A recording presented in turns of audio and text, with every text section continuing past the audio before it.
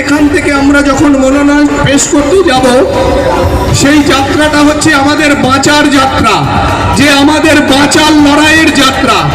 দীর্ঘদিন ধরে, বেশ কয়েকটা বছর ধরে বিজেপির প্রতিটা কর্মী যে নারকীয় যন্ত্রণা ভোগ করেছেন, তাদের বাড়িতে যেভাবে অত্যাচার হয়েছে, মিথ্যে মামলায় জর্জরিত হয়েছেন, তার কাছে আপনারা প্রত্যেকে আজ যেভাবে পতাকাটাকে তুলে রেখেছেন, আগামী 30 দিন, আগামী 29 তারিখ অবধি এই পতাকাটাকে এভাবে তুলে রাখতে হবে। প্রত্যেকে যখন সভা সমিতি মিটিং মিছিলে যাবেন, এই সভা ঝান্ডাটাকে এইভাবেই তুলে রাখবেন।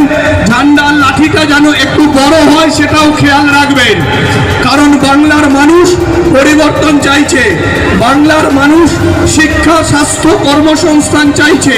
বাংলার মানুষ এই চোর, দুর্নীতি, তোষণবাজ সরকার চাইছে না। বাংলার মানুষ চাইছে না যে মালদা মুর্শিদাবাদের মতন জায়গায় দীপু দাসের মতন হিন্দুদের কুপিয়ে মারা হোক। বাংলা এই বাংলা চাইছে না। বাংলা চাকরি চাইছে, বাংলা প্রতি হাতে কাজ চাইছে, বাংলা প্রতি পেটে ভাত চাইছে, বাংলা শিক্ষার